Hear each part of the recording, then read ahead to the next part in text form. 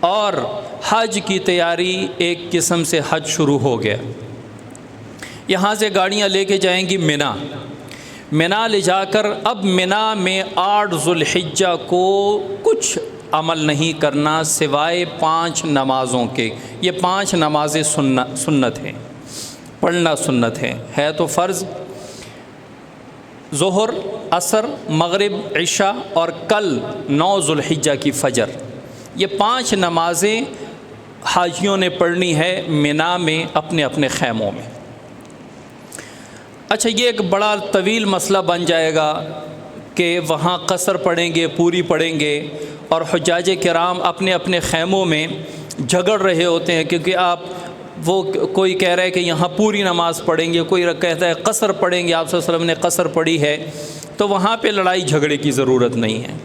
ہم جب وہاں گئے ظہر کی نماز کے لیے کھڑے ہوئے تو پیچھے سے آواز آئی کہ یہ آپ 2 پڑھ رہے ہیں یا 4؟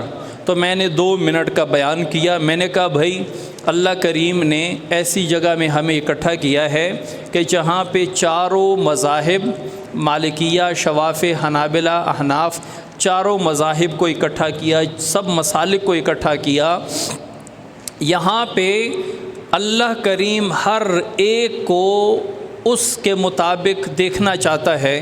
اب جو 4 والے ہیں وہ ہمارے ساتھ پڑھ لیا کریں، جو 2 والے ہیں یا مسافر ہیں وہ بعد میں جماعت کروا لیا کریں۔ تو سب اس پہ ایگری ہو گئے۔ الحمدللہ مینا کے 4-5 دن ہمارے بڑے سکون سے گزر گئے، ورنہ لوگوں سے یہاں تک سنا ہے کہ وہ ہاتھا پائی شروع ہو جاتی ہے خیموں میں کہ نہیں یہاں پہ 4 پڑھنی ہے، 4 نہیں 2 پڑھنے ہیں۔ ایسا نہیں بھائی، مینا جانے سے پہلے جس کے مکہ میں 15 دن مکمل ہو گئے وہ مینا، مزدلفہ، عرفات میں بھی پوری نماز پڑھے گا۔ مینا نکلنے سے پہلے جس کے 15 دن مکمل نہیں ہوئے وہ مینا، مزدلفہ، عرفات میں بھی قصر کرے گا۔ بس مختصر بات ہے، ہم نے اس پہ عمل کرنا ہے، باقی جو جس طرح چلے اس کی مرضی۔ تو ظہر، عصر، مغرب، عشاء اور کل 9 ذو الحجہ کی فجر ہم نے مینا میں پڑھنی ہے، اپنے اپنے خیموں میں پڑھنی ہے۔ اس کے علاوہ کوئی عمل نہیں ہے۔ درود شریف، استغفار اور تسبیحات، تلاوت، نوافل کثرت سے پڑھتے رہیں۔